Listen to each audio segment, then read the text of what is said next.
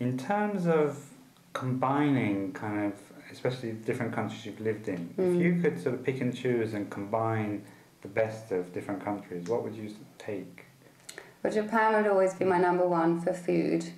And then indeed, you know, the absolute true dedication and attention to detail. I think if anyone's gone to a tea ceremony or loves eating sashimi or sushi, and you learn and discover how long that sushi chef has trained to be there, I don't think there's anywhere else in the world that pays that attention to detail in terms of food and food preparation. And then, if you're lucky enough to go off to any of, you know, to see any of the festivals, you know, I can't remember what it's called up in Lake Mount Takao, it's the Fire Festival. I don't remember the name, but you know, you go to these individual and they're just extraordinary. So I think the history here, and I think having lived here, I've, you know, barely touched, you know, an understanding of the culture. So that would be number one for food. And then I guess my experience and work in India, I'd love the chaos on the streets, the colour. You only have to be in kind of Jaipur and it's just the chaos on one street in terms of colour and animals and noise. And then I'd bring Africa in for music and the smile of the African child, you know. But there, you everywhere you go, there's some music blaring. So I think, to me, it'd be the food, the laughter and the smile of Africa with the music, and then the colour of India. Fantastic. So you lived and worked in India as well, and parts of Africa? I was travelling in India, but I stopped and I worked. There used to be a street clinic there run by a doctor under the kind of Mother Teresa hospital in Calcutta. It was called Dr. Jack. So they would just set up a clinic during the day and you served, I mean, literally would draw on pieces of paper where they took the medication in morning or night, and you do it by sun or moon, because obviously I couldn't write Hindu and, you know, they wouldn't understand what I was saying. And in Africa I was working both in a hospital and an AIDS hospice. But yeah. Fantastic. You also mentioned you loved onsens, I think. I do. Yeah. I do. I think there's a beautiful book called Hidden Onsens, and I would love to have time again here and to keep. So whether or not we were up at Lake Psycho or skiing, or, you know, would be, and even actually weekend we've been known to go down to, we're just crossing over the bridge, where, what's that area, am I terrible now with, there's a big onsen down there, well, I can't think of. But yes, I think travelling around Japan to hidden onsens would be, I'd love to come back and do that. Fantastic, thank you. Just sort of moving on, you're very passionate, like talking now, Susie. So what is it that keeps you sort of fired up? And I mean, is it your work, or you obviously like what you're doing? I love what I'm doing. I think the great thing is everyone is unique. Everyone has a unique biochemistry. Every child is different, every adult. So no one person that I see in a day or a week can possibly be the same. But I think also with something like nutrition, I'm not necessarily the first port of call. You know, some people, if they're really, you know, you see people who really have been unwell for some time, or they're exhausted, or, you know, they're just, you know, to have true fatigue is so debilitating. So I think what I love is putting all the pieces of the puzzle together, whether it's, again, negative mood or you just want to lose some weight. There's always an underlying cause, there's always a reason. And the way functional medicine's going, the testing's going through digestion, through the blood tests with like the foods, you know, like we were saying earlier with the behaviour of children, or just looking at toxicity in hair or low mineral status, you begin to affect change, and you see that.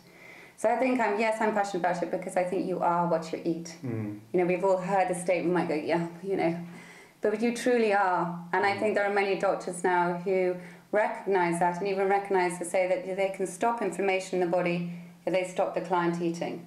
Well, that's not going to happen. Of course, you're going to feed yourself, but it shows you the power of you are what you eat.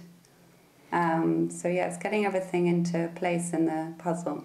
On that note, I know it's like a really difficult question, but as a nutritional therapist, in a nutshell, what would you say to our viewers about what they should or should not be doing? Well, I think the most important thing is never to miss breakfast. It is the most important meal of the day, and I think so many, they're rushing to work and they skip it, or it's a quick coffee and they're sitting at the desk and they haven't eaten since the night before, so eat breakfast. But I think what I love now is this role of alkalinity, so go green.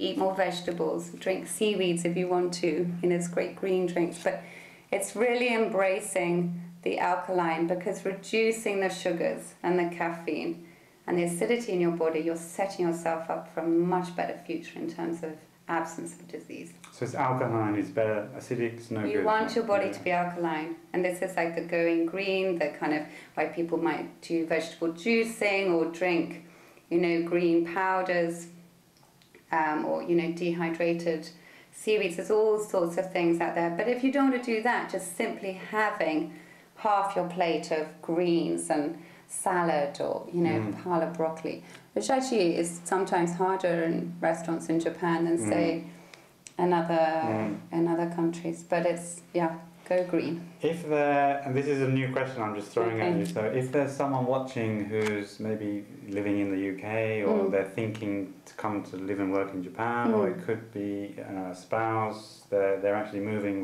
with their partner who's got a job here, and based on your experience, any advice you could give them?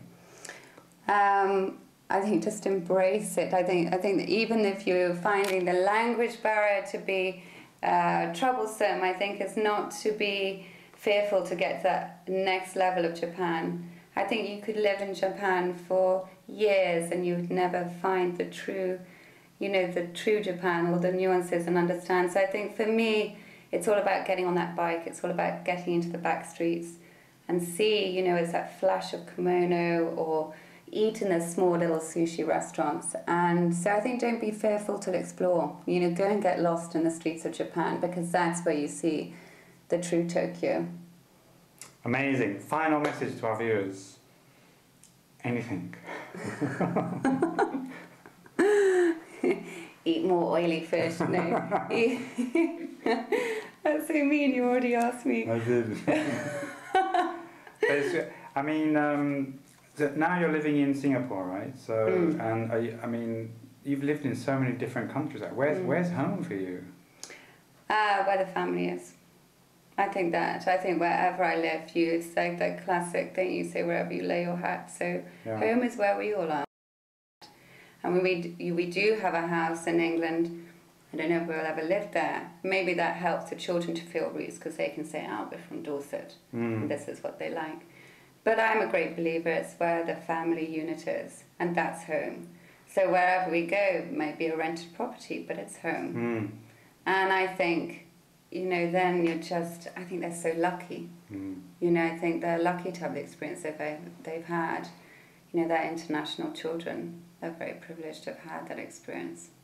My very last question, which we can skip if you want, but any advice for Japanese people who maybe you know are living and working in Singapore, and you know sometimes they struggle a bit. I think that's very true, and I think earlier we touched a little bit on, you know, the super cultures, and I think one thing that I think is so amazing about living in Japan is, you know, that constant politeness and patience, particularly with us, you know, foreigners. You know, that's incredible. You know, there's always patience and a smile, or, you know, trying to help us find a way. And then suddenly I think for a Japanese person, you land in Singapore or London and there's all this speed and probably not anyone being particularly nice or polite. So I guess it's probably the reverse, and just say, you know, try and bear with it. And I guess, again, the language, you know, barrier can be the hardest thing. But there's a huge Japanese community in Singapore, I know that.